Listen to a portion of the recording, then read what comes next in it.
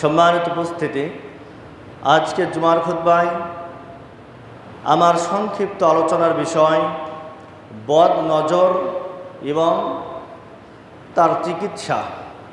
বদ নজর এবং এর চিকিৎসা সম্পর্কে পবিত্র কোরআন এবং সহিহ হাদিসের আলোকে বিষয়টা আপনাদের সামনে ফুটিয়ে তোলার চেষ্টা করব ইনশাআল্লাহ। ওয়া মা তাওফীক ইল্লা বিল্লাহ, আলাইহি তাওয়াক্কালতু ওয়া ইলাইহি উনীব। সম্মানিত উপস্থিতি, আজকে যে বিষয়টি নিয়ে আলোচনা করব, বিষয়টি অত্যন্ত গুরুত্বপূর্ণ এবং এটা আমাদের সকলের জন্য অতীব প্রয়োজনীয় বিষয়। আমাদের সকলের জন্য এই বিষয়টি সম্পর্কে জ্ঞান অর্জন করা, জানা, বোঝা আবশ্যক, আমাদেরকে জানতে হবে। কেননা বদনজর এমন একটা বিষয়, অনেক সময় আমরা এটাকে কুসংস্কার মনে করি। অনেকেই বদনজর বিশ্বাস করে না, মনে করেন যে বদনজর বলতে ইসলামে কিছু নেই, এটা মানুষের ধারণা বা এটা কুসংস্কার। আসলেই বদনজর ইসলামে আছে কি না, ইসলাম সমর্থন করে কি না, এটা কি আসলেই কুসংস্কার নাকি বদনজর বলতে ইসলামে কোনো জিনিস আছে, এটা আমাদেরকে আগে জানতে হবে। এজন্য আমি বিষয়টি কয়েকটা পয়েন্টে আলোচনা করব। প্রথমে যে পয়েন্ট নিয়ে আলোচনা করব সেটা হচ্ছে বদনজর এটা আসলেই সত্য কি না, বদনজর ইসলাম সমর্থন করে কি না। তারপরে জানার চেষ্টা করব বদনজর এর মাধ্যমে মানুষ কত বড় ক্ষতিগ্রস্ত হতে পারে। এরপরে বদনজর থেকে বাঁচার উপায়, এর চিকিৎসা কি, কোরআন এবং হাদিসে বদনজরের চিকিৎসা আছে কি না, এটাও আমরা জানার চেষ্টা করব ইনশাআল্লাহ। এজন্য বিষয়টি যেহেতু গুরুত্বপূর্ণ বিষয়, এজন্য আমি আপনাদেরকে মনোযোগ সহকারে শ্রবণ করার জন্য বিনীতভাবে আহ্বান করছি। অনেক সময় দেখা যায় খুতবার সময় অনেকে ঘুমিয়ে যান। যদি আপনি খুতবার সময় ঘুমিয়ে যান তাহলে কিন্তু বিষয়টি ভালোভাবে উপলব্ধি করতে পারবেন না, জানতে পারবেন না। এজন্য শুরু থেকে শেষ পর্যন্ত আমাদেরকে মনোযোগ সহকারে বিষয়টি শুনতে হবে এবং বোঝার চেষ্টা করতে হবে এবং এখান থেকে আমরা যেন শিক্ষা নিতে পারি এর চেষ্টা করতে হবে। আল্লাহ রাব্বুল আলামিন আমাদেরকে ইসলামের সঠিক বুঝ দান করুন বলে আল্লাহুম্মা আমিন।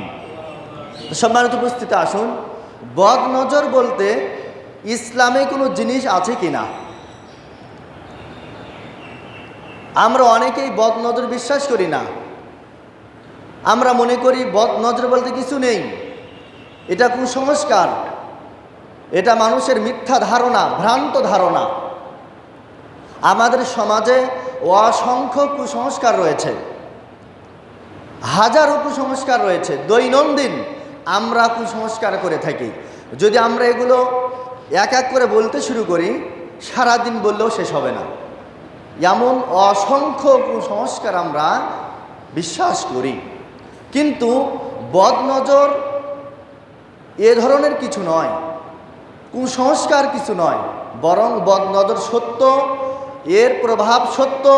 বদনজরের কারণে মানুষ ক্ষতিগ্রস্ত হয়, মানুষ রোগাক্রান্ত হয়, এমনকি বদনজরের মাধ্যমে মানুষের মৃত্যু হতে পারে, বদনজরের কারণে মানুষ মারাও যেতে পারে, যেটা হাদিস দ্বারা প্রমাণিত। এজন্য আমরা প্রথমেই জানার চেষ্টা করি যে বদনজর সত্য কি না। আল্লাহ সুবহানাহু ওয়া তাআলা এই ব্যাপারে সূরা কলামের 51 নং আয়াতে উল্লেখ করেছেন, মুহাম্মদ সাল্লাল্লাহু আলাইহি ওয়াসাল্লাম যখন কোরআন তেলাওয়াত করতেন, তো কোরআন তেলাওয়াত শোনার জন্য মক্কার কাফের মুশরিকরা লুকিয়ে থাকত। মুহাম্মদ সাল্লাল্লাহু আলাইহি ওয়াসাল্লামের কোরআন তেলাওয়াত শোনার জন্য মক্কার কাফের মুশরিকরা লুকিয়ে থাকত। এত সুন্দর সুমধুর কণ্ঠে আল্লাহ রাসূল সাল্লাল্লাহু আলাইহি ওয়াসাল্লাম কোরআন তেলাওয়াত করতেন। মক্কার বড় বড় কাফের আবু জাহাল, আবু লাহাব, উতবা, সাইবা এরকম বড় বড় কাফের তারাও কিন্তু মুহাম্মদ সাল্লাল্লাহু আলাইহি ওয়াসাল্লামের কোরআন তেলাওয়াত শোনার জন্য তারা বাড়ির পাশে লুকিয়ে থাকতেন এবং তারা বদ নজর দেওয়ার চেষ্টা করতেন। বদ নজরের মাধ্যমে মুহাম্মদ সাল্লাল্লাহু আলাইহি ওয়াসাল্লামকে ক্ষতিগ্রস্ত করার, রোগী বানানোর চেষ্টা করতেন। যে কথা আল্লাহ সুবহানাহু ওয়া তাআলা সূরা কলামের 51 নং আয়াতে উল্লেখ করেছেন। আল্লাহ সুবহানাহু ওয়া তাআলা বলছেন, আউযু বিল্লাহি মিনাশ শাইতানির রাজীম ওয়া ইয়াকাদুল্লাযীনা কাফারু লাইযলিকুনাকা বিআবসারিহিম লাম্মা সামি'ু-যিকর وَيَقُولُونَ إِنَّهُ لَمَجْنُونٌ। আল্লাহ রাব্বুল আলামিন বলেন, যখন মক্কার কাফেররা কোরআন তেলাওয়াত শুনত, উপদেশ বাণী তথা আল্লাহ রাসূল যখন কোরআন তেলাওয়াত করতেন, এই কোরআনের উপদেশ যখন মক্কার কাফেররা শ্রবণ করত, লা ইযলিকুনাকা বিআবসারিহিম লাম্মা সামি'ু-যিকর, তখন তারা আল্লাহ রাসূলের দিকে বদ নজর দিত, কুনজর দিত, যাতে করে মুহাম্মদ সাল্লাল্লাহু আলাইহি ওয়াসাল্লাম রোগাক্রান্ত হয়ে যায়, অসুস্থ হয়ে যায়। এজন্য তারা মুহাম্মদ সাল্লাল্লাহু আলাইহি ওয়াসাল্লামের দিকে বদ নজর দিত। আল্লাহ রাব্বুল আলামিন বলছেন, যখন তারা মুহাম্মদ সাল্লাল্লাহু আলাইহি ওয়াসাল্লামের কোনো ক্ষতি করতে পারত না, আল্লাহ রাসূল নিয়মিত দোয়া পাঠ করতেন, আল্লাহর নিকট আশ্রয় প্রার্থনা করতেন, সব সময় দোয়া করতেন। এজন্য আল্লাহ রাব্বুল আলামিন তাকে যাবতীয় বদ নজর থেকে তাকে হেফাজত করেছেন। আল্লাহ রাব্বুল আলামিন আমাদের প্রিয় নবী মুহাম্মদুর রাসূলুল্লাহ সাল্লাল্লাহু আলাইহি ওয়াসাল্লামকে মানুষের বদ নজর থেকে, কুদৃষ্টি থেকে হেফাজত করেছেন। তো মক্কার কাফেররা যখন মুহাম্মদ সাল্লাল্লাহু আলাইহি সাল্লামের দিকে বদ নজর দিত এবং এর মাধ্যমে তার ক্ষতি করার চেষ্টা করত, তাকে রোগাক্রান্ত করার চেষ্টা করত, কিন্তু যখন আল্লাহ রাসূলের কোনো ক্ষতি হতো না, আল্লাহ রাব্বুল আলামিন যখন তাকে হেফাজত করেছেন, তখন তারা বলতো ইন্নাহু লামাজনুন, সে কি পাগল নাকি? আমরা এত বদ নজর দিচ্ছি, কুদৃষ্টি দিচ্ছি, তার ক্ষতি করার জন্য চেষ্টা করছি, অথচ তার কিছুই হচ্ছে না, সে কি পাগল? ইন্নাহু লামাজনুন, সে একজন পাগল। দেখুন, এখান থেকে প্রমাণ হয় যে মক্কার কাফের মুশরিকরা বদ নজরের মাধ্যমে, কুদৃষ্টি দেওয়ার মাধ্যমে মুহাম্মদ সাল্লাল্লাহু আলাইহি ওয়াসাল্লামের ক্ষতি করার চেষ্টা করত, কিন্তু আল্লাহ রাব্বুল আলামিন তাকে হেফাজত করেছেন। এবং আরেকটা ঘটনা, বদ নজর যে সত্য, এর প্রভাব সত্য, বদ নজরের কারণে মানুষ ক্ষতিগ্রস্ত হয়, মানুষ রোগাক্রান্ত হয়। এ ব্যাপারে একটা ঘটনা উল্লেখ করছি। ইয়াকুব আলাইহিস সালাম একজন নবী ছিলেন এবং আমরা অনেকেই হয়তোবা ইয়াকুব আলাইহিস সালামের নাম শুনেছি। ইয়াকুব আলাইহিস সালাম হচ্ছেন আমাদের মুসলিম জাতির পিতা ইব্রাহিম আলাইহিস সালামের নাতি, অর্থাৎ ইব্রাহিম আলাইহিস সালামের দুইজন সন্তান ছিল। একজন হচ্ছেন হযরত ইসমাঈল আলাইহিস সালাম, আরেকজন হচ্ছেন হযরত ইসহাক আলাইহিস সালাম। তো ইসহাক আলাইহিস সালামের সন্তান হচ্ছেন ইয়াকুব আলাইহিস সালাম। এই ইয়াকুব আলাইহিস সালামের আরেকটা নাম ছিল ইসরাইল, যার কারণে ইয়াকুব আলাইহিস সালামের বংশধরকে বলা হয় বানি ইসরাইল। আমি এর আগেও বলেছিলাম, ইয়াকুব আলাইহিস সালামের বংশধরকে বলা হয় বানি ইসরাইল, ইসরাইল বংশ। এবং ইয়াকুব আলাইহিস সালাম থেকে শুরু করে ঈসা আলাইহিস সালাম পর্যন্ত মুহাম্মদ সাল্লাল্লাহু আলাইহি ওয়াসাল্লামের আগের যিনি নবী ছিলেন হযরত ঈসা আলাইহিস সালাম, ইয়াকুব আলাইহিস সালাম থেকে শুরু করে ঈসা আলাইহিস সালাম পর্যন্ত প্রায় লক্ষাধিক রাসূল, লক্ষাধিক নবী রাসূল এসেছেন এই বানি ইসরাইল গোত্র থেকে। সবাই ইয়াকুব আলাইহিস সালামের বংশধর থেকে এসেছেন। তো বলছিলাম, ইয়াকুব আলাইহিস সালামের 12 জন সন্তান ছিল। 12 জন সন্তানের মধ্যে একজন হলেন হজরত ইউসুফ আলাইহিস সালাম। ইউসুফ আলাইহিস সালামের ঘটনা আমরা অনেকেই জানি, লম্বা ঘটনা, সুন্দর ঘটনা, যেটাকে আল্লাহ সুবহানাহু ওয়া তাআলা আহসানুল কসস বলে উল্লেখ করেছেন। সবচেয়ে সুন্দর ঘটনা, সবচেয়ে সুন্দর কাহিনী হচ্ছে হজরত ইউসুফ আলাইহিস সালামের কাহিনী। লম্বা কাহিনী।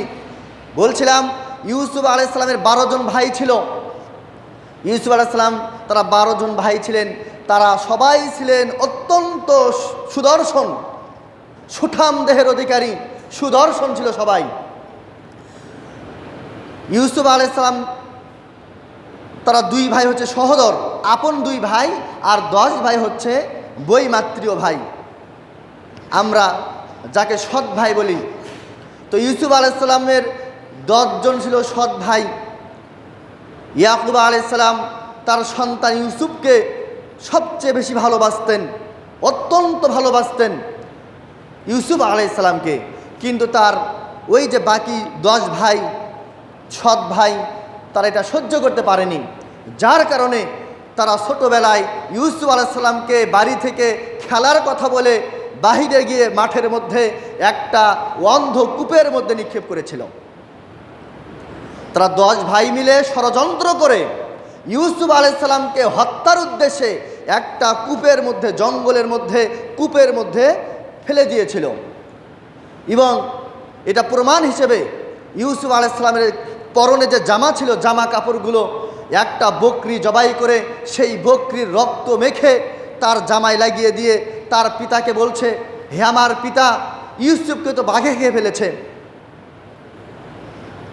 তারা 10 ভাই মিলে ষড়যন্ত্র করে ইউসুফ আলাইহিস সালামকে কূপের মধ্যে ফেলে দিলেন। এবং প্রমাণ হিসেবে তার পরনে যে জামা ছিল, এই জামাগুলো খুলে একটা বকরি জবাই করে সেই বকরির রক্ত মেখে তার পিতার কাছে গিয়ে বলছেন, হে আমার পিতা, ইউসুফকে বাঘে খেয়ে ফেলেছে। আপনি তো বিশ্বাস করবেন না, এই যে দেখেন তার জামায় রক্তের দাগ লেগে আছে। ইয়াকুব আলাইহিস সালাম তিনি বুঝতে পেরেছেন যে তাকে বাঘে খায়নি, তারা যে ষড়যন্ত্র করে হিংসা করে তাকে হত্যা করেছে, এটা তিনি সহজেই বুঝেছেন। কারণ বাঘে যদি কোনো ব্যক্তিকে খেয়ে ফেলে তাহলে তো তার পরনে যে জামা ছিল সেটা খুলে রাখবে না। তারা এতটাই নির্বুদ্ধি, এতটাই নির্বোধ হয়েছিল যে বাঘে যদি কোনো ব্যক্তিকে আক্রমণ করে তাহলে কি তাকে বলবে তুমি জামা খুলে ফেলো? এটা তো বলবে না। তো ইয়াকুব আলাইহিস সালাম একজন নবী হিসেবে আল্লাহ সুবহানাহু ওয়া তাআলার মাধ্যমে তিনি জানতে পেরেছেন আসলেই তার সন্তান ইউসুফকে বাঘে খায়নি, বরং তারা 10 ভাই মিলে শত্রুতা করে হিংসা করে তাকে হত্যা করেছেন। তিনি বললেন, আমার করার কিছুই নেই, আল্লাহর ওপর ভরসা করছি, আমাকে ধৈর্য ধারণ করা ছাড়া আমার কোনো উপায় নেই। পরবর্তীতে ওই যে ইউসুফ আলাইহিস সালামকে কূপের মধ্যে নিক্ষেপ করলেন, সেই জঙ্গলের মধ্য দিয়ে একটা ব্যবসায়িক কাফেলা সিরিয়া থেকে মিশরে যাচ্ছিলেন, কিন্তু তারা পথ ভুল করে সেই জঙ্গলের মধ্যে ঢুকে পড়লেন। জঙ্গলের মধ্যে কোথায় যাবেন, যাওয়ার রাস্তা না পেয়ে সেই জঙ্গলের মধ্যে একটা তাঁবু টাঙ্গালেন এবং পানির উদ্দেশ্যে, পানির জন্য যখন সেই ওই যে কূপের মধ্যে, যেই কূপের মধ্যে ইউসুফ আলাইহিস সালামকে নিক্ষেপ করা হয়েছে, সেই কূপের মধ্যে থেকে পানি তোলার জন্য একটা বালতি ফেলে দিলেন। দেখা গেল বালতির মধ্যে সুন্দর ফুটফুট একটা সন্তান বের হয়ে আসলো। ইউসুফ আলাইহিস সালামের এত সুন্দর চেহারা, যে কেউ তার দিকে তাকালেই মুগ্ধ হয়ে যেত। তখন তারা ইউসুফ আলাইহিস সালামকে সেখান থেকে নিয়ে মিশরে গিয়ে বিক্রি করে দিলেন। সেই সময়ে সন্তান ক্রয় বিক্রয় হতো, কেনা বেচা হতো। আমাদের দেশে যেমন গরু, ছাগল, হাঁস, মুরগি ক্রয় বিক্রয় হয়, সেই সময় সন্তান, ছেলে মেয়ে ক্রয় বিক্রয় হতো। তো এই ব্যবসায়িক কাফেলা ইউসুফ আলাইহিস সালামকে যখন বাজারে নিয়ে গেলেন বিক্রি করার উদ্দেশ্যে, তখন মিশরের ধনী ব্যক্তিরা, সম্ভ্রান্ত ব্যক্তিরা তাকে ক্রয় করার জন্য প্রতিযোগিতা শুরু করলেন। একজন বলছে আমি কিনবো, আরেকজন বলছে না আমি কিনবো। পরবর্তীতে মিশরের যিনি বাদশাহ, মিশরের বাদশাহ ছিলেন, তার নাম হচ্ছে কিতফির। এই কিতফির নামক এই ব্যক্তি মিশরের প্রধানমন্ত্রী ছিলেন। তো মিশরের প্রধানমন্ত্রীর উপাধি হচ্ছে আজিজ, আজিজে মিশর। মিশরের যিনি প্রধানমন্ত্রী হয় তাকে বলা হতো আজিজ। তো মিশরের প্রধানমন্ত্রী কিতফির তিনি ইউসুফ আলাইসাল্লামকে কিনে নিলেন। লম্বা ইতিহাস। পরবর্তীতে ইউসুফ আলাইসাল্লাম যখন বড় হয়ে গেলেন, সেই মিশরের আপনার অর্থমন্ত্রী পেলেন, রাজস্ব মন্ত্রী পদ পেলেন। পরবর্তীতে ইউসুফ আলাইসাল্লাম সেই মিশরের প্রধানমন্ত্রী হয়েছিলেন এবং সেই সময় মিশরে দুর্ভিক্ষ দেখা দিল, খাদ্যের অভাব দেখা দিল। এত দুর্ভিক্ষের কারণে খাদ্যের অভাবে মানুষ মারা যাচ্ছে। আশেপাশে সিরিয়া, ফিলিস্তিন সহ আশেপাশে সব দেশে দুর্ভিক্ষ নেমে আসলো। তখন ইয়াকুব আলাইসাল্লাম, ওই যে ইউসুফ আলাইসাল্লামের বাবা ইয়াকুব আলাইসাল্লাম, তিনি জানতে পারলেন যে মিশরে একজন প্রধানমন্ত্রী হয়েছেন, তিনি অনেক ভালো, তিনি মানুষকে সাহায্য সহযোগিতা করেন। তখন তিনি ওই যে তার 10 সন্তান, ইউসুফ আলাইসাল্লামের যে আরও 10 ভাই ছিল, সৎ ভাই, তাদেরকে বললেন তোমরা যাও, মিশরে চলে যাও, মিশর থেকে একটু খাদ্য সামগ্রী নিয়ে আসো। দুর্ভিক্ষের কারণে তারা মিশরে চলে গেলেন খাদ্যের জন্য। ইউসুফ আলাইসাল্লামের নিকটে যখন চলে গেলেন, ইউসুফ আলাইসাল্লাম দেখেই চিনতে পেরেছেন যে এগুলো তো আমার ভাই, এরাই তো আমাকে কূপের মধ্যে নিক্ষেপ করেছিল। তিনি চিনতে পারলেন, কিন্তু তিনি পরিচয় গোপন করলেন। বললেন তিনি শিওর হওয়ার জন্য, নিশ্চয় হওয়ার জন্য তাদেরকে বিভিন্নভাবে জিজ্ঞাসাবাদ করলেন। তোমাদের বাড়ি কোথায়, কোথা থেকে এসেছো, তোমাদের আরও কোনো ভাই আছে কি না, তোমাদের পিতা আছে কি না, তোমাদের পিতা কি করে, এরকম বিভিন্নভাবে জিজ্ঞাসাবাদ করলেন। তখন এই 10 ভাই বলল আমরা 12 ভাই ছিলাম, 12 ভাইয়ের মধ্যে এক ভাই ছোটোবেলায় হারিয়ে গেছে, ইউসুফ। অর্থাৎ যার সাথে কথা বলছেন, যিনি মিশরের প্রধানমন্ত্রী ইউসুফ আলাইসাল্লাম, তার ব্যাপারে বলছে সে ছোটোবেলায় হারিয়ে গেছে। আমাদের আরেকটা ভাই আছে বেনিয়ামিন, সে হচ্ছে ইউসুফের সহোদর ভাই, আপন ভাই, তিনি আমাদের বাড়িতে আছেন, আমাদের বৃদ্ধ পিতা তার দেখাশোনার জন্য। তখন ইউসুফ আলাইসাল্লাম তার পরিচয় গোপন করলেন এবং বললেন তোমাদের যে ভাই আছে তাকে আমার কাছে নিয়ে আসবে, যদি আমার কাছে নিয়ে না আসো তাহলে তোমাদেরকে কোনো অর্থ দেওয়া হবে না। তখন এই 10 ভাই আবার বাড়িতে গেলেন, পিতার কাছে বলছেন হে আমার পিতা, আমার যে ভাই বেনিয়ামিন তাকে আমাদের সাথে নিয়ে যেতে বলছেন, যদি আমরা তাকে নিয়ে না যাই তাহলে আমাদেরকে কোনো অর্থ দিবে না। এটা ছিল ইউসুফ আলাইহিসসালামের একটা কৌশল, যাতে করে তিনি তার আপন ভাইকে নিজের কাছে রাখতে পারেন। যখন তার পিতাকে বললেন আমাদের ভাইকে সাথে নিয়ে যেতে হবে, তখন ইয়াকুব আলাইহিস সালাম তাদের সাথে পাঠাচ্ছেন না। তিনি ভয় করলেন, আশঙ্কা করলেন যে তোমরাই ছোটবেলায় আমার সন্তান ইউসুফকে হত্যা করেছ। ইয়াকুব আলাইহিস সালাম মনে করেছেন ইউসুফ আলাইহিস সালাম মারা গিয়েছেন, তিনি যে মিশরের প্রধানমন্ত্রী হয়েছেন এটা কিন্তু ইয়াকুব আলাইহিস সালাম জানেন না। যার কারণে তিনি তার 10 জন সন্তানকে বলছেন না, আমি তোমাদের সাথে তাকে পাঠাবো না, তোমরা যদি তাকে হত্যা করে ফেলো, তোমাদের কোনো বিশ্বাস নেই, তোমরা ছোটোবেলায় তোমাদের ভাইকে হত্যা করেছ, আমি কিভাবে তাকে তোমাদের সাথে পাঠাবো। শেষ পর্যন্ত তাদের নিকট থেকে প্রতিশ্রুতি নিলেন, ওয়াদা নিলেন। তারপর তার যে সন্তান বেনিয়ামিন তাকে তাদের 10 ভাইয়ের সঙ্গে পাঠিয়ে দিলেন এবং তাদেরকে বললেন, উপদেশ দিলেন, ওয়াকালা ইয়া বানিয়া লা তাদখুলু মিন বাবি ওয়াহিদ ওয়াদখুলু মিন আবওয়াবিন মুতাফাররিকা ওয়া মা উগনি আনকুম মিনাল্লাহি মিন শাই। আমি যেই জন্য এই লম্বা একটা ঘটনা উল্লেখ করলাম, এর উদ্দেশ্য হচ্ছে ইয়াকুব আলাইহিস সালাম যে তার সন্তানকে তার 10 ভাইয়ের সঙ্গে পাঠাচ্ছেন মিশরে ইউসুফ আলাইহিস সালামের নিকটে, তখন তাদেরকে বললেন তোমরা যখন মিশরে প্রবেশ করবে এক রাস্তা দিয়ে প্রবেশ করবে না। তার সন্তানদেরকে বললেন, ওয়াকালা ইয়া বানিয়া, হে আমার সন্তান সন্ততিরা, তোমরা শোনো, লা তাদখুলু মিন বাবি ওয়াহিদ ওয়াদখুলু মিন আবওয়াবিন মুতাফাররিকা, যখন তোমরা মিশরে প্রবেশ করবে তোমরা এক রাস্তা দিয়ে মিশরে যাবা না, বরং তোমরা ভিন্ন ভিন্ন রাস্তা দিয়ে এক একজন এক একটা রাস্তা দিয়ে মিশরে প্রবেশ করবে। কেন? এই আয়াতের ব্যাখ্যায় ইবনে আব্বাস রাদিয়াল্লাহু তাআলা আনহু ব্যাখ্যা করেছেন, ইয়াকুব আলাইহিস সালামের যে 12 জন সন্তান, এই 12 জন সন্তান ছিল অত্যন্ত সুন্দর চেহারার অধিকারী, সুঠাম দেহের অধিকারী, যেই ব্যক্তি তাদের দিকে দৃষ্টি দিবে সে মুগ্ধ হয়ে যাবে। তিনি আশঙ্কা করলেন যে মানুষ তাদেরকে বদ নজর দিবে, বদ নজরের কারণে তারা ক্ষতিগ্রস্ত হবে, তারা রোগাক্রান্ত হবে, তারা অসুস্থ হয়ে পড়বে। এই ভয়ে তার সন্তানদেরকে তিনি বললেন, তোমরা এক রাস্তা দিয়ে মিশরে যাবা না, বরং ভিন্ন ভিন্ন রাস্তা দিয়ে মিশরে প্রবেশ করবে। এখান থেকে বোঝা যাচ্ছে বদ নজর এটা কোনো কুসংস্কার নয়, এটা কোনো ভ্রান্ত বিষয় নয়। বদ নজর সত্য। বদ নজরের কারণে মানুষ ক্ষতিগ্রস্ত হয়, বদ নজরের কারণে মানুষ রোগী হয়ে যায়, এমনকি এই বদ নজরের কারণে মানুষ মারাও যেতে পারে। রাসূলুল্লাহ সাল্লাল্লাহু আলাইহি ওয়াসাল্লাম বলছেন, বিখ্যাত সাহাবী আবু হুরায়রা রাদিয়াল্লাহু তাআলা আনহু বলছেন, রাসূলুল্লাহ সাল্লাল্লাহু আলাইহি ওয়াসাল্লাম বলছেন, আল আইনু হাক্কুন, বদ নজর বা কুদৃষ্টি সত্য, এটা বাস্তব। আয়েশা রাদিয়াল্লাহু তাআলা আনহা বলেন, রাসূলুল্লাহ সাল্লাল্লাহু আলাইহি ওয়াসাল্লাম বলেছেন, ইস্তাঈযু বিল্লাহ ফাইন্নাল আইনা হাক্কুন। আল্লাহ রাসূল বলছেন, তোমরা আল্লাহর নিকট মানুষের বদ নজর থেকে আশ্রয় প্রার্থনা করো, বদ নজর থেকে আল্লাহর নিকট আশ্রয় প্রার্থনা করো। ফাইন্নাল আইনা হাক্কুন, কেননা বদ নজর সত্য। সালামা রাদিয়াল্লাহু তাআলা আনহা বলেন,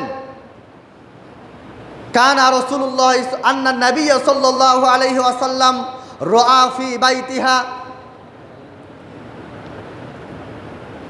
জাফর রাআ ফি বাইতিহা জারিয়াতুন ফি ওয়াজহিহা সাফাকা। অর্থাৎ সালামা রাদিয়াল্লাহু তাআলা আনহা বলছেন, রাসূলুল্লাহ সাল্লাল্লাহু আলাইহি ওয়াসাল্লাম একদিন তার ঘরে একটা ছোট্ট মেয়েকে দেখলেন, মলিন চেহারা, তার মুখ মলিন হয়ে গেছে, কালো হয়ে গেছে। এই দৃশ্য দেখে আল্লাহ রাসূল বললেন, ইস্তারকুলাহা, তোমরা তাকে ঝাড়ফুঁক করাও, তাকে ঝাড়ফুঁক করাও। ফাইন্না বিহান নাযরা, কেননা তাকে নজর লেগেছে, তার প্রতি বদ নজর দেওয়া হয়েছে, কুদৃষ্টি দেওয়া হয়েছে, অতএব তোমরা তাকে ঝাড়ফুঁক করাও। রাসূলুল্লাহ সাল্লাল্লাহু আলাইহি ওয়াসাল্লাম আরও বলছেন যে আমার উম্মতের মধ্যে তাকদীরের মৃত্যুর পর মানুষের হায়াত এবং মউত এটা আল্লাহর পক্ষ থেকে নির্ধারিত, এটা তাকদীরের লেখা রয়েছে। আমি এই পৃথিবীতে কতদিন বাঁচব এটা আল্লাহ সুবহানাহু ওয়া তাআলা আগে থেকেই নির্ধারণ করে রেখেছেন। তো আল্লাহ রাসূল বলছেন, আমার উম্মতের মধ্যে তাকদীরের মৃত্যুর পর সবচেয়ে বেশি মানুষ মারা যাবে বদ নজরের কারণে। তাকদীরের মৃত্যুর পর সবচেয়ে বেশি মানুষ মারা যাবে আমার উম্মতের মধ্যে বদ নজরের কারণে। বদ নজর এতটা ভয়ঙ্কর একটা বিষয়। এবার আসুন, বদ নজর কীভাবে মানুষকে ক্ষতি করে।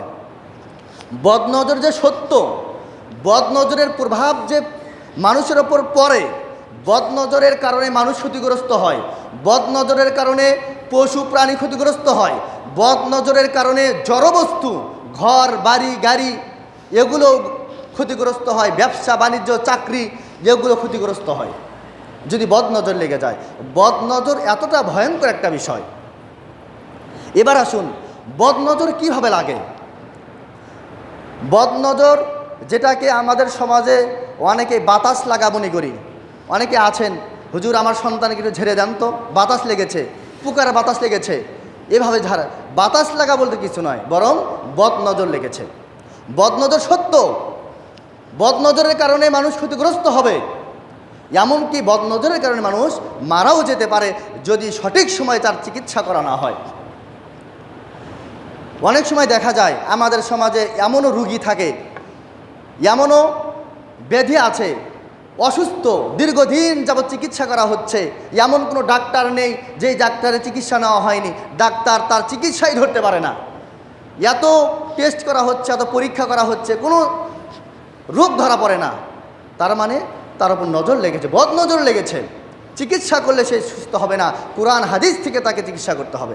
ঝাড়ফুঁকের মাধ্যমে তাকে সঠিক চিকিৎসা না দিলে সে কখনোই পরিপূর্ণ সুস্থ হতে পারে না। তো বদ নজর কীভাবে লাগে? বদ নজর লাগে হিংসার কারণে।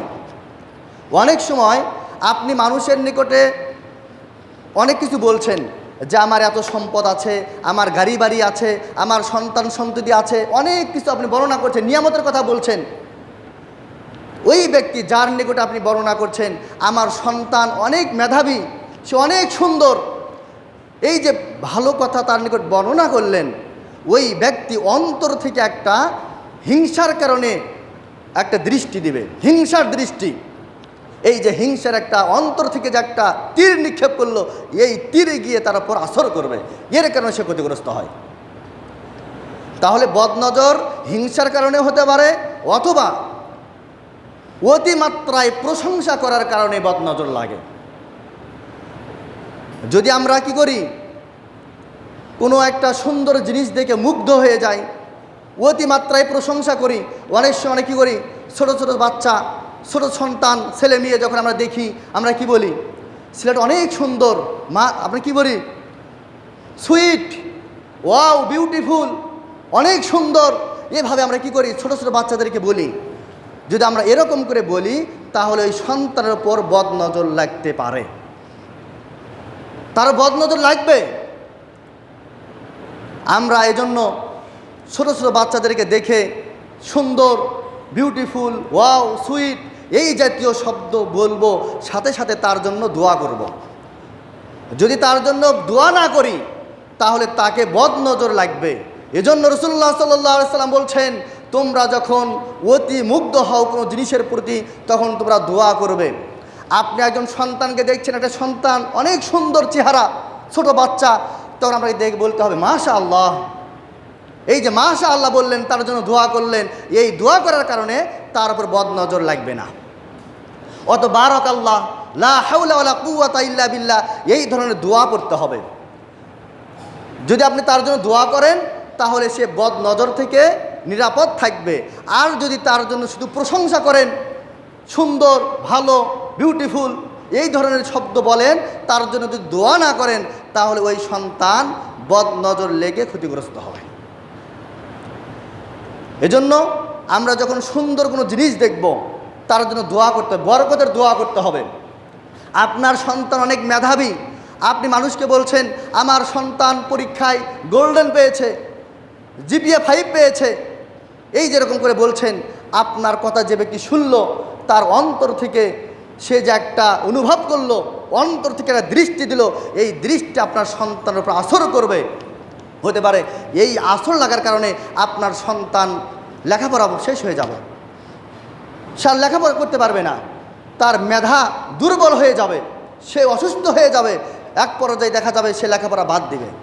এজন্য তার জন্য দোয়া করতে হবে, আল্লাহ রাব্বুল আলামিন তার মেধা বৃদ্ধি করে দিক, তাকে সমাজের জন্য একজন ভালো সফল ব্যক্তি হওয়ার তৌফিক দান করুন, এরকম তার জন্য বরকতের দোয়া করতে হবে। তো সম্মানিত উপস্থিতি, আপনি একটা ব্যবসা করেন, আপনার ব্যবসা অনেক সুন্দর চলছে, দেখা যাচ্ছে আপনার ব্যবসা সুন্দর চলছে, অনেক বেচা কেনা হচ্ছে, আপনি মানুষকে বলছেন যে আমার ব্যবসায় এত লাভ হয়, এত টাকা লাভ করি, আমার ব্যবসা অনেক সুন্দর চলছে। এই যে মানুষ হিংসার যদি নজর দেয় তাহলে আপনার ব্যবসা ধ্বংস হয়ে যেতে পারে, মুহূর্তের মধ্যে আপনার ব্যবসা আর চলবে না যদি বদ নজর লেগে যায়। এজন্য নিয়ামতের কথা মানুষকে না বলাটাই উত্তম। আমার এত সম্পদ আছে, আমি এত টাকা বেতন পাই, আমার চাকরিটা খুব ভালো, হ্যাঁ, আমার ব্যবসা খুব ভালো, আমার এত সম্পদ, টাকা পয়সা আছে, এই ধরনের কথাবার্তা মানুষের কাছে বলাটা বোকামি, মানুষের কাছে না বলাটাই উত্তম। যদি বলেন, যে ব্যক্তি শুনবে ওই ব্যক্তি যদি আপনার জন্য দোয়া না করে, সে যদি কুদৃষ্টিতে আপনার দিকে তাকায় তাহলে আপনার ব্যবসা নষ্ট হবে, আপনার বাড়ি গাড়ি, আপনি অনেক টাকা খরচ করে একটা বাড়ি করেছেন, এই বাড়িটা যখন মানুষ কুনজর দিবে, কুদৃষ্টি দিবে, হিংসার কারণে হোক অথবা অতিমাত্রায়, দেখা যাচ্ছে একজন ব্যক্তি হিংসা করে নয়, তার অন্তরে কোনো হিংসা নেই, বরং সে বলছে বাড়িটা অনেক সুন্দর, আপনার প্রশংসা করছে, এত সুন্দর বাড়ি, এই যে সে প্রশংসা করলো, এই প্রশংসার সাথে যদি সে আপনার জন্য দোয়া না করে তাহলে ওই বাড়িটা বদনজরে ক্ষতিগ্রস্ত হবে। ওই বাড়িতে কোনো শান্তি হবে না। স্বামী স্ত্রীর মধ্যে ঝগড়া লেগেই থাকবে। দেখবেন যে স্বামী স্ত্রীর মিল নেই। এমনকি হতে পারে স্বামী স্ত্রীর মধ্যে এক পর্যায়ে ডিভোর্স হয়ে যেতে পারে, তালাক হয়ে যেতে পারে এই বদনজরের কারণে। বদনজর এতটা ভয়ঙ্কর একটা বিষয়। এ ব্যাপারে একটা হাদিস বলি, মানুষ যখন প্রশংসা করে, অতিমাত্রায় প্রশংসা করে, এই প্রশংসার কারণে অন্তরে যদি হিংসা নাও থাকে, হিংসা নেই, আপনি এমনিতেই প্রশংসা করলেন ভালো একটা জিনিস দেখে, এই যে অতিমাত্রায় প্রশংসা করার কারণে বদনজর লেগে যেতে পারে, তার প্রমাণ একটা হাদিস। সাহাল ইবনে হুনাইফ একজন সাহাবী ছিলেন। সাহাল রাদিয়াল্লাহু তাআলা আনহু তিনি ছিলেন অত্যন্ত সুঠাম দেহের অধিকারী, অনেক সুন্দর চেহারার অধিকারী ছিলেন এই সাহাল রাদিয়াল্লাহু তাআলা আনহু। তিনি একদিন কাপড় খুলে গোসল করছিলেন। পাশ দিয়েই একজন সাহাবী আমির ইবনে রাবিয়া রাদিয়াল্লাহু তাআলা আনহু, তিনি একজন সাহাবী। দেখেন, দুইজন কিন্তু সাহাবী। সাহাল রাদিয়াল্লাহু তাআলা আনহু তিনি একজন সাহাবী, আমির বিন রাবিয়া তিনি একজন সাহাবী। তো সাহাল রাদিয়াল্লাহু তাআলা আনহু গোসল করছিলেন, আর পাশ দিয়ে যাচ্ছিলেন আমির বিন রাবিয়া রাদিয়াল্লাহু তাআলা আনহু। তিনি যখন যাচ্ছিলেন, সাহাল রাদিয়াল্লাহু তাআলা আনহু দিকে তাকিয়ে বললেন, এত সুন্দর চেহারা, এত সুন্দর চামড়া বিশিষ্ট সুপুরুষ আমি কোনোদিন দেখিনি। সাহাল রাদিয়াল্লাহু তাআলা আনহুর চেহারা দেখে তিনি মুগ্ধ হয়ে গেলেন যে এত সুন্দর চেহারা একজন পুরুষের হতে পারে, এমন সুন্দর পুরুষ আমি কোনোদিন দেখিনি, এমনকি কোনো মহিলা পর্দানসীন নারীকেও আমি দেখিনি এত সুন্দর অধিকারী হতে পারে। তখন সাহাল রাদিয়াল্লাহু তাআলা আনহু মুহূর্তের মধ্যে বেহুশ হয়ে পড়ে গেলেন। এই আমির রাদিয়াল্লাহু তাআলা আনহু যখন বললেন এত সুন্দর পুরুষ আমি কোনোদিন দেখিনি, এই কথা বলার সঙ্গে সঙ্গে এই সাহাল রাদিয়াল্লাহু তাআলা আনহু তিনি বেহুশ হয়ে পড়ে গেলেন। তখন তাকে নিয়ে আল্লাহ রাসূলের নিকট যাওয়া হলো। আল্লাহ রাসূলকে বলা হলো, ইয়া রাসূলুল্লাহ, তার চিকিৎসা করুন। তখন আল্লাহ রাসূল বললেন, তোমাদের কি কার উপর সন্দেহ হয় যে কার নজর লেগেছে? তোমরা কি কাউকে সন্দেহ করছো? তখন বলা হলো আমির রাদিয়াল্লাহু তাআলা আনহু তিনি যখন সাহাল রাদিয়াল্লাহু তাআলা আনহুকে দেখলেন এই মন্তব্য করেছেন। তখন আল্লাহ রাসূল সাল্লাল্লাহু আলাইহি ওয়াসাল্লাম বললেন, তোমাদের কোনো ভাই কেন তার কোনো মুসলিম ভাইকে বদনজরের মাধ্যমে হত্যা করতে চায়? তোমাদের কোনো মুসলিম ভাই কেন তার ভাইকে বদনজরের মাধ্যমে হত্যা করতে চায়? কেন সে তার জন্য দোয়া করে না? অর্থাৎ এই যে আমির রাদিয়াল্লাহু তাআলা আনহু তাকে দেখে যে মন্তব্য করলেন, এমন সুন্দর চেহারা বিশিষ্ট কোনো পুরুষ আমি দেখিনি, তিনি যদি তার জন্য দোয়া করতেন তাহলে তার কোনো ক্ষতি হতো না। এই দোয়া না করার কারণে সাহাল রাদিয়াল্লাহু তাআলা আনহু অসুস্থ হয়ে পড়লেন এবং রাসূলুল্লাহ সাল্লাল্লাহু আলাইহি ওয়াসাল্লাম বললেন, আমির রাদিয়াল্লাহু তাআলা আনহুকে বললেন, তুমি ওযু করো। তিনি ওযু করলেন, তার ওযুর পানি দিয়ে ওই সাহাল রাদিয়াল্লাহু তাআলা আনহুর মাথায় ঢালার সঙ্গে সঙ্গে তিনি সুস্থ হয়ে গেলেন, আলহামদুলিল্লাহ। তাহলে যদি কার ওপর বদনজর লেগে যায়, আপনি যদি মনে করেন যে এই ব্যক্তির নজর লাগতে পারে, যাকে সন্দেহ হবে, তাহলে তাকে ওযু করাবেন। ওই ব্যক্তির ওযুর পানি যাকে নজর লেগেছে তার মাথায় ঢালবেন, সঙ্গে সঙ্গে সে সুস্থ হয়ে যাবে ইনশাআল্লাহ। এটা একটা চিকিৎসা। অনেক সময় দেখা যায় ছোটো ছোটো বাচ্চারা কান্নাকাটি করে, ঘুমাতে পারে না, ঝাঁকি দিয়ে ওঠে। অনেক মা বোনদেরকেও জিনেরা অনেক সময় আসর করে, জিনের বদনজর লাগতে পারে, মানুষের বদনজর লাগতে পারে। এই জন্য রাসূলুল্লাহ সাল্লাল্লাহু আলাইহি ওয়াসাল্লাম সবসময় আল্লাহর নিকট জিনের বদনজর থেকে, মানুষের বদনজর থেকে আল্লাহর নিকট দোয়া করতেন, আশ্রয় চাইতেন। এ ব্যাপারে আবু সাঈদ আল খুদরি রাদিয়াল্লাহু তাআলা আনহু বলেন, রাসূলুল্লাহ সাল্লাল্লাহু আলাইহি ওয়াসাল্লাম ইয়াতাআওয়াযু মিন আইনিল জান্নি ওয়া আইনিল ইনসি ফাইন নাযালাতিল মুআযিযাতানি আখাযাহুমা ওয়া তারাকা মা সিওয়া যালিক। অর্থাৎ আবু সাঈদ আল খুদরি রাদিয়াল্লাহু তাআলা আনহু বলছেন, রাসূলুল্লাহ সাল্লাল্লাহু আলাইহি ওয়াসাল্লাম মানুষের বদনজর থেকে, মানুষের কুদৃষ্টি থেকে এবং জিনদের কুদৃষ্টি থেকে আল্লাহর নিকট আশ্রয় প্রার্থনা করতেন। যখন সূরা নাস এবং সূরা ফালাক নাজিল করা হয়েছে, সূরা ফালাক এবং সূরা নাস যখন আল্লাহ রাব্বুল আলামিন নাজিল করলেন, তখন তিনি এই দুই সূরার মাধ্যমে চিকিৎসা করেছেন, ঝাড়ফুঁক করেছেন, অন্যান্য চিকিৎসা তিনি ছেড়ে দিয়েছেন।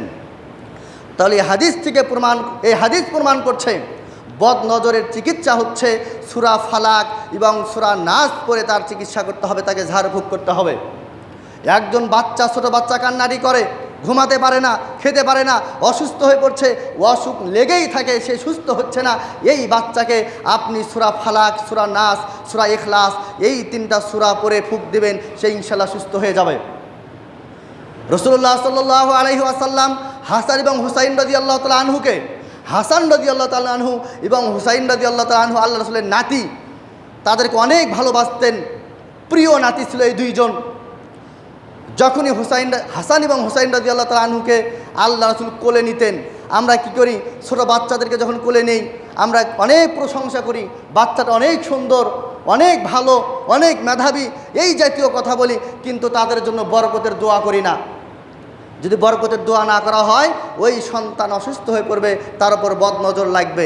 এজন্য আপনি ছোট ছোট বাচ্চাদেরকে দেখে বলবেন মাশাআল্লাহ, বারাকাল্লাহ, লা হাওলা ওয়ালা কুওয়াতা ইল্লা বিল্লাহ, এই জাতীয় দোয়াগুলো পড়বেন, তার ওই সন্তানের কোনো ক্ষতি হবে না, তার উপর বদনজর লাগবে না।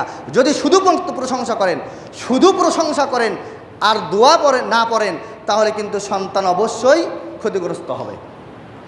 এজন্য আল্লাহ রাসূল সাল্লাল্লাহু আলাইহি ওয়াসাল্লাম হাসান রাদিয়াল্লাহু তাআলা আনহু এবং হুসাইন রাদিয়াল্লাহু তাআলা আনহুকে যখনই কোলে নিতেন তাদের জন্য আল্লাহর কাছে দোয়া করতেন, বদ নজর থেকে বাঁচানোর জন্য। আল্লাহ রাসূল সাল্লাল্লাহু আলাইহি ওয়াসাল্লাম বলতেন আউযু বিকালিমাতিল্লাহি তাম্মাহ ওয়া মিন শাইতানিল লাম্মাহ ওয়া মিন কুল্লি আইনিল লাম্মাহ। অর্থাৎ রাসূলুল্লাহ সাল্লাল্লাহু আলাইহি ওয়াসাল্লাম এই দোয়াটা পাঠ করে হাসান এবং হুসাইন রাদিয়াল্লাহু তাআলা আনহুর চিকিৎসা করেছেন, ঝাড়ফুঁক করেছেন।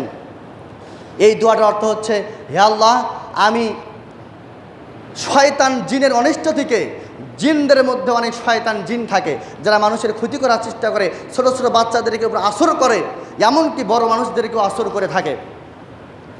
এজন্য আল্লাহ রাসূল সাল্লাল্লাহু আলাইহি ওয়াসাল্লাম বলছেন, তোমরা ছোট ছোট বাচ্চাদেরকে সন্ধ্যার সময় বাড়ির বাইরে নিয়ে যাবা না। সন্ধ্যার সময় যদি বাড়ির বাইরে নিয়ে যাওয়া হয় ওই বাচ্চাদেরকে ক্ষতি করার চেষ্টা করে শয়তান এবং জিন। এজন্য আল্লাহ রাসূল সাল্লাল্লাহু আলাইহি ওয়াসাল্লাম বলছেন আউযু বিকালিমাতিল্লাহি তাম্মাহ, আমি আল্লাহর নিকট শয়তান জিনদের কুদৃষ্টি থেকে, ওয়া মিন কুল্লি আইনিল লাম্মাহ, মানুষের বদ নজর থেকে, কুদৃষ্টি থেকে এবং পোকামাকড়ের কুদৃষ্টি থেকে আল্লাহর নিকট আশ্রয় প্রার্থনা করছি। এজন্য ছোট ছোট বাচ্চাদেরকে এই দোয়া পড়ে ফুঁক দিবেন। যখন সন্তানকে কোলে নেবেন, কোলে নিয়ে আগে সন্তানের জন্য দোয়া করবেন যাতে সন্তানের কোনো ক্ষতি না হয়। সূরা ফালাক, সূরা নাস পড়ে ফুঁক দিবেন, মাশাআল্লাহ, লা হাওলা ওয়ালা কুওয়াতা এই দোয়াগুলো পড়বেন, আয়াতুল কুরসি পড়বেন, সূরা বাকারার শেষ 2 আয়াত বেশি বেশি পাঠ করবেন। যেই ঘরে জিনের বেশি ক্ষতি হওয়ার সম্ভাবনা থাকে, দেখা যাচ্ছে একটা ঘরে জিনরা অনেক সময় ক্ষতি করার চেষ্টা করে, একটা ঘরে আপনি ঘুমাতেই পারেন না, আপনাকে ডিস্টার্ব করছে, ক্ষতি করার চেষ্টা করছে, ওই ঘরে বেশি বেশি সূরা বাকারার শেষ 2 আয়াত পাঠ করবেন, আয়াতুল কুরসি পাঠ করবেন, ইনশাআল্লাহ ধীরে ধীরে জিন সেখান থেকে বিদায় নিয়ে যাবে। কিন্তু আমরা কি করি, কোরআন হাদিসের চিকিৎসা নিতে চাই না। কোরআন হাদিসে বর্ণিত যে দোয়াগুলো রয়েছে এই দোয়ার মাধ্যমে আমরা চিকিৎসা নিতে চাই না, বরং আমরা কি করি, আমরা বিভিন্ন মানুষের নিকটে যাই, তাবিজ ব্যবহার করি, বিভিন্ন হুজুরের কাছে যাই, দরবেশের কাছে যাই, বিভিন্ন মানুষের কাছে যাই যারা কোরআন হাদিস বোঝে না বোঝার কারণে তারা মিথ্যা বানোয়ার ভিত্তিহীন একটা তাবিজ দিবে, যেই তাবিজের কোনো মূল্য নেই, যেই তাবিজের কোনো উপকার নেই। ওই তাবিজ ব্যবহার করলে আপনি উপকার পাওয়া তো দূরের কথা, আপনি আরও বেশি ক্ষতিগ্রস্ত হবেন। এজন্য এই জাতীয় অনিষ্ট থেকে, জিনের অনিষ্ট থেকে, মানুষের বদনজর থেকে, বিভিন্ন পোকামাকড়ের অনিষ্ট থেকে, বদনজর থেকে, কুদৃষ্টি থেকে বাঁচার জন্য আপনাকে কোরআন এবং হাদিসে বর্ণিত যে দোয়াগুলো রয়েছে এই দোয়ার মাধ্যমে চিকিৎসা নিতে হবে, তাহলেই একজন রোগী দ্রুত ভালো হওয়া সম্ভব। অন্যথায় আপনি যতই চিকিৎসা করেন না কেন ওই রোগী কখনোই সুস্থ হতে পারে না। তাহলে এখান থেকে আমরা বুঝতে পারলাম, যদি আপনি বুঝতে পারেন যে অমুক ব্যক্তির বদনজর লেগেছে, অনেক চিকিৎসা করেছেন, কোনো ফলাফল পাওয়া যাচ্ছে না, বুঝে নিতে হবে তার উপর নজর লেগেছে। যদি আপনি কাউকে সন্দেহ করেন তাহলে ওই ব্যক্তিকে ডাকবেন, তাকে অজু করতে বলবেন, ওই ব্যক্তি অজু করবে, অজুর যে পানি এই পানিটা ওই ব্যক্তির মাথায় ঢালবেন, সঙ্গে সঙ্গে সুস্থ হয়ে যাবে। অথবা প্রত্যেক দিন রাতে যখন ঘুমাতে যাবেন, রাতে ঘুমানোর সময় সূরা ইখলাস, সূরা ফালাক এবং সূরা নাস, এই তিনটা সূরা, এই দুই হাত একত্রিত করবেন। দুই হাত একত্রিত করে সূরা ফালাক সূরা ইখলাস একবার, সূরা ফালাক একবার, সূরা নাস একবার, এই যে তিনটা সূরা তিনবার বলে ফুঁক দিবেন। ফু দিয়ে মাথা থেকে শুরু করে পা পর্যন্ত যতদূর পর্যন্ত সম্ভব আপনি আপনার শরীরটা মাসে করবেন, তাহলে যাবতীয় অনিষ্ট থেকে আপনি মুক্তি পাবেন। এভাবে তিনবার করবেন। তাহলে সূরা ইখলাস, সূরা ফালাক, সূরা নাস, এই তিনটা সূরা প্রত্যেক দিন রাতে যখন ঘুমাতে যাবেন, ঘুমানোর আগ মুহূর্তে এই তিনটা সূরা তিনবার বলে সারা শরীর ফুঁক দিবেন। কোনো প্রকার ক্ষতি করতে পারবে না, কোনো জিন ক্ষতি করতে পারবে না, কোনো মানুষ ক্ষতি করতে পারবে না, কেউ আপনার কোনো ক্ষতি করতে পারবে না। আয়াতুল কুরসি বেশি বেশি পাঠ করবেন, সূরা বাকারার শেষ 2 আয়াত বেশি বেশি পাঠ করবেন, কোনো প্রকার ক্ষতি হবে না ইনশাআল্লাহ। এই রকম কুরআন হাদিসে বর্ণিত যে দোয়াগুলো রয়েছে, এই দোয়াগুলোর মাধ্যমে যদি আমরা চিকিৎসা নিতে পারি ইনশাআল্লাহ, আল্লাহ সুবহানাহু ওয়া তাআলা আমাদেরকে মানুষের বদ নজর থেকে হেফাজত করবেন, জিনদের বদ নজর থেকে হেফাজত করবেন, মানুষের হিংসা থেকে আমাদেরকে হেফাজত করবেন, যাবতীয় অনিষ্ট থেকে আল্লাহ রাব্বুল আলামিন আমাদেরকে হেফাজত করবেন। এজন্য সুন্দর কোনো দৃশ্য, অনেক সময় আমরা কী করি, আমরা অনেক সময় নিজেদের ছবি তুলে সেই ছবিটাকে সুন্দর করে এডিট করে আমরা কী করি, ফেসবুকে আপলোড করি। বিশেষ করে যুবক ভাইরা ভালো করে শুনবেন, আমরা যে ফেসবুকে ছবি আপলোড করি, এই যে ছবি আপনি আপলোড করছেন, এই ছবি যত মানুষ দেখবে, এই ছবি দেখার কারণে আপনি ক্ষতিগ্রস্ত হতে পারেন, বদনজর লাগতে পারেন। যত মানুষ আপনার ছবি দেখবে, যদি তারা আপনার জন্য দোয়া না করে, তাহলে অবশ্যই বদনজর লেগে যাবে এবং আপনি ক্ষতিগ্রস্ত হবেন।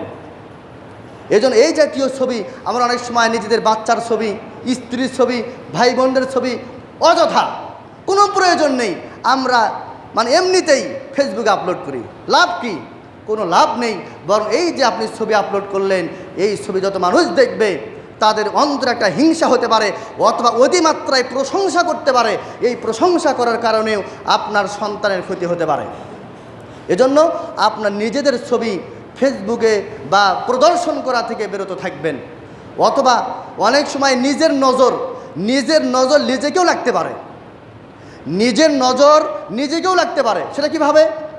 আপনি আয়নায় চেহারা দেখছেন, আয়নার সামনে দাঁড়িয়ে নিজের চেহারা দেখে বলছেন অনেক সুন্দর, আমার চুলগুলো অনেক সুন্দর। মা বোনেরা ভালো করে শুনবেন, মা বোনেরা দেখবেন আয়নার সামনে দাঁড়িয়ে বিভিন্ন স্টাইলে ছবি তোলে। হ্যাঁ, দেখবেন এই দিক করে একবার ছবি তুলছে, ওই দিক করে একবার ছবি তুলছে। এই যে নিজের চেহারা দেখছেন আর মুগ্ধ হয়ে যাচ্ছেন, এই মুগ্ধ হওয়ার কারণে নিজের নজর নিজেকেও লাগতে পারে। নিজের নজর লাগার কারণে আপনি অসুস্থ হয়ে যেতে পারেন। এজন্য কি করবেন? যখন আয়নার সামনে দাঁড়াবেন, আয়নার সামনে দাঁড়ানোর দোয়া আছে, এই দোয়া পাঠ করতে হবে। চেহারা দেখে মাশাআল্লাহ বলতে হবে, লা হাওলা ওয়ালা কুওয়াতা বলতে হবে, বারাকাল্লাহ বলতে হবে। যখন আপনি প্রস্রাবখানায় প্রবেশ করবেন, টয়লেটে প্রবেশ করবেন, টয়লেটের মধ্যে অনেক জিন বসবাস করে, জিনেরা থাকে। এই টয়লেটের মধ্যে, বাথরুমের মধ্যে জিনেরা বেশি থাকে। যখন প্রবেশ করবেন, শয়তান জিন আপনার ক্ষতি করতে পারে। যখন টয়লেটে প্রবেশ করবেন, প্রবেশ করার সময় দোয়া বলবেন, আল্লাহুম্মা ইন্নী আউযু বিকা মিনাল খুবসি ওয়াল খাবাইস। হে আল্লাহ, আমি জিনদের অনিষ্ট থেকে আপনার কাছে আশ্রয় চাচ্ছি, তাহলে আপনার কোনো ক্ষতি হবে না। এই জাতীয় অতিমাত্রায় প্রশংসা অথবা হিংসার কারণে মানুষের বদ নজর লেগে যায়। এই বদ নজরের কারণে মানুষ রোগী হয়ে যায়, অসুস্থ হয়ে যায়। এমনকি এই বদ নজরের কারণে মানুষ মারাও যায়, মানুষ মারা যেতে পারে। বদ নজরের কারণে আপনার ব্যবসায় ক্ষতি হতে পারে। দেখা যাচ্ছে আপনার ব্যবসা অনেক সুন্দর চলছে, অনেক বেচা কিনা হচ্ছে, এমন এক সময় কারো বদ নজর লেগেছে, আপনার দোকানের বেচা হবে না, বদ নজর লেগেছে। এজন্য বেশি বেশি এই দোয়াগুলো পরে ফুঁক দিবেন, তাহলে ইনশাআল্লাহ আল্লাহ রাব্বুল আলামিন আপনাকে হেফাজত করবেন। এই যে আমাদের দেশের যারা নাটক সিনেমা করে, যারা সিনেমার নায়ক নায়িকা, তাদের এত ডিভোর্স হয় কেন, এত তালাক হয় কেন, তাদের সংসার টিকে না কেন? অধিকাংশ নায়ক নায়িকা, গায়ক গায়িকা, তাদের সংসার টিকে না কেন? তাদের ছবি, তাদের চেহারা তারা সব সময় প্রদর্শন করে, সারা দেশের মানুষ তাদের চেহারা দেখছে। এই যে তাদের বদ নজর লাগে, এই বদ নজরের কারণে তাদের সংসার টেকে না। যারা পর্দানশীল মহিলা, যে সকল মহিলারা পর্দার সাথে চলাফেরা করে, যাদের চেহারা প্রদর্শন করে না, দেখবেন তাদের সংসার কখনো ভাঙবে না। এই যে বদ নজর যে সত্য, বদ নজর যে বাস্তব, বদ নজরের কারণে মানুষ যে ক্ষতিগ্রস্ত হয়, এটা কোরআন এবং সহিহ হাদিস দ্বারা প্রমাণিত। অতএব সম্মানিত উপস্থিতি, নিজেদের ছবি মানুষের নিকট প্রদর্শন করা থেকে বিরত থাকবেন। ছোটো ছোটো বাচ্চাদের ছবি ফেসবুকে আপলোড করা থেকে বিরত থাকবেন। অতিমাত্রায় নিজেদের প্রশংসা করবেন না। আমার এত বিঘা জমি আছে, এত সম্পদ আছে, এত সুন্দর বাড়ি আছে, এত টাকা ব্যাংক ব্যালেন্স আছে, এই জাতীয় নিয়ামতের কথা মানুষকে বলবেন না। যদি বলেন হয়তোবা অনেকে হিংসা করবে, হিংসার দৃষ্টি দেবে, অথবা অতিমাত্রায় প্রশংসা করবে। অতিমাত্রায় প্রশংসা করলেও বদনজর লাগে, হিংসার কারণেও বদনজর লাগে যদি তার জন্য দোয়া না করে। আল্লাহ রাব্বুল আলামিন আমাদেরকে এই বিষয়গুলো বোঝার তৌফিক দান করুন, এবং আমরা যদি কখনো এই জাতীয় বদনজরে আক্রান্ত হই, যদি আমরা বুঝতে পারি এই সন্তানের বদনজর লেগেছে, তাহলে অবশ্যই কোনো কবিরাজের কাছে নয়, কোনো ব্যক্তির কাছে নয়, আপনি নিজেও চিকিৎসা করতে পারবেন। সূরা ইখলাস, সূরা নাস, ফালাকের মাধ্যমে, সূরা বাকারার শেষ 2 আয়াতের মাধ্যমে, আয়াতুল কুরসির মাধ্যমে, আল্লাহুম্মা ইন্নী আউযু বিকালিমাতিল্লাহি তাম্মা ওয়া মিন কুল্লি শাইতানির লাম্মা, এই জাতীয় দোয়া পড়ে তার চিকিৎসা করবেন। ইনশাআল্লাহ সঙ্গে সঙ্গে রোগী সুস্থ হয়ে যাবে। কিন্তু এইগুলো দোয়া বাদ দিয়ে আপনি যদি তাবিজ গ্রহণ করেন, অনেকে জিন ধরে না, দেখবেন তাবিজ নেয়। এই তাবিজ নেওয়ার কারণে তার কোনো উপকার হবে না, উপকার তো দূরের কথা, আর ক্ষতি হবে। এজন্য কোরআন হাদিসে এর সুচিকিৎসা রয়েছে। আল্লাহ রাসূল চিকিৎসা শিক্ষা দিয়েছেন, সেখান থেকে আমাদেরকে চিকিৎসা নিতে হবে। সঠিক চিকিৎসা যদি আমরা নিতে পারি, তাহলে অবশ্যই আল্লাহ রাব্বুল আলামিন আমাদেরকে হেফাজত করবেন। আল্লাহ রাব্বুল আলামিন আমাদেরকে জিনদের কুনজর থেকে, মানুষের বদ নজর থেকে এবং পোকামাকড়ের কুদৃষ্টি থেকে আমাদেরকে হেফাজত করুন বলে আল্লাহুম্মা আমিন। ওয়া আখিরু দাওয়াহুম আনিল হামদুলিল্লাহি রাব্বিল আলামিন।